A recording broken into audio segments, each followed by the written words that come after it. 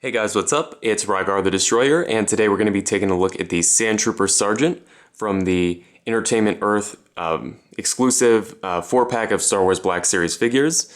This is probably my second favorite figure from the pack, and after we take a look at the packaging, I'll go over the reasons why. So, taking a look at the packaging here, it's got an Entertainment Earth exclusive sticker up here in the top corner, and then here on the end of the package, here is where the Sandtrooper Sergeant was displayed. So it's got a picture down here, and then the window obviously where the figure was. And then on the back here, it's got a brief description. If you'd like to read that, you can go ahead and just pause the video.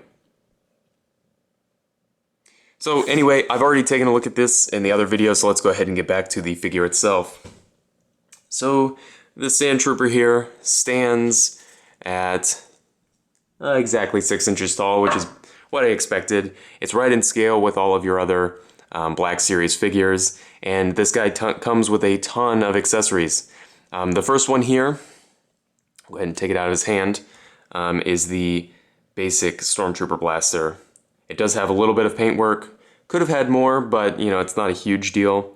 They did paint this silver here, so I don't mind too much. His second one here is the kind of MG42 looking blaster, and this one here is dry brushed with silver, which makes it look amazing. It just highlights all of those details, so I'm really glad that they included this one. It's one of my favorite guns from Star Wars, so I'm glad to see it again.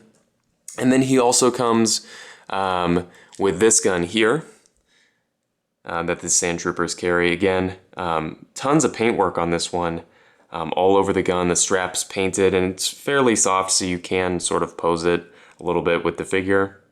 And, you know, just tons of paintwork, like I said, and tons of detail. So I'm really happy with this one.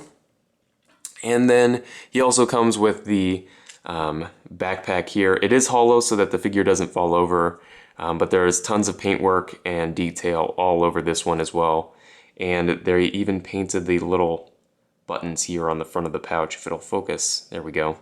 And then this is on a soft piece connected to the backpack so that it just hangs over the shoulder of the figure. So tons of accessories. In fact, there are so many that he actually can't even hold them all. Well, I guess he could, but he doesn't have, you know, he'll have to sling this one over his shoulder and then have one hand on each one of these. So he's got a ton of accessories. I really like that. And then his articulation is very well done as well. It's basically like the Stormtroopers. So he's got a ball peg in the head and then a hinge, which lets it move around. And even with the pauldron, this head has plenty of range of motion to look all over the place, which I really like. He's got ball hinge shoulders. Like all of the other Stormtroopers, they went for sculpt over articulation, so it's a little limited, but it's not horrible because it looks really nice, really natural.